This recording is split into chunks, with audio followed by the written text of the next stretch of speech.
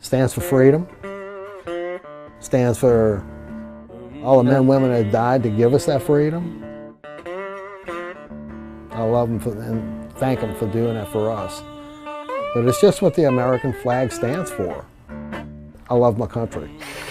Greatest country on earth. My dad was my hero. And he told me, he says, what do you do every morning when you get up? I said, well, whatever I feel like doing, really. He says, yeah, it's called freedom. Go defend it, just like I did and just like all your uncles did. He said, in fact, go join the Navy. So 2 days later, I told him to get in the car. We drove to the Navy base and I joined. I got really detail-oriented working on aircraft.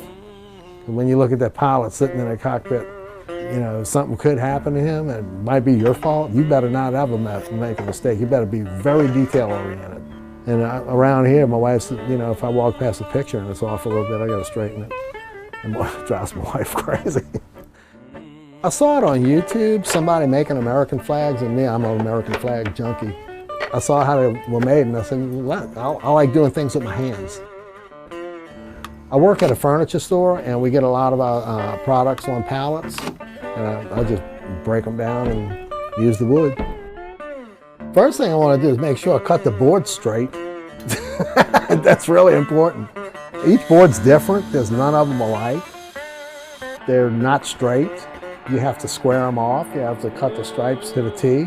You can't leave any gaps in them. I'm concentrating on doing it right. I like to look at the grain in it because I burn them with a torch and it brings all the grain out. The better the grain, the prettier it gets. Before the military, I was kind of a rebel. But now I take my family really, really serious. And the military had a lot to do with that.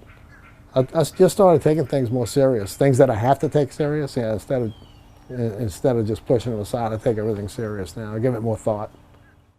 That's Sydney Madison, the squad girl. Huh? Mm-hmm.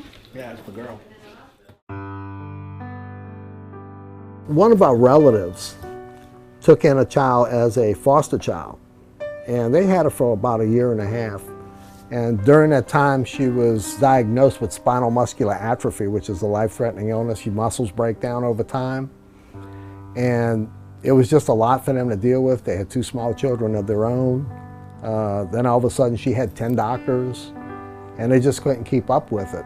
The state was going to take her back, but we already fell in love with her. She was like our granddaughter for 1.5 years. We decided to go ahead and take her. Once a year, there's a big fundraiser for spinal muscular atrophy to find a cure.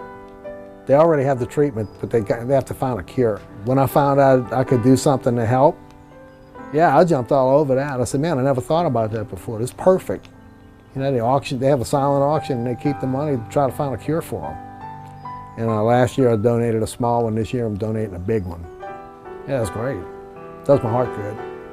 For what I'm doing for my daughter, I'm nowhere near a hero.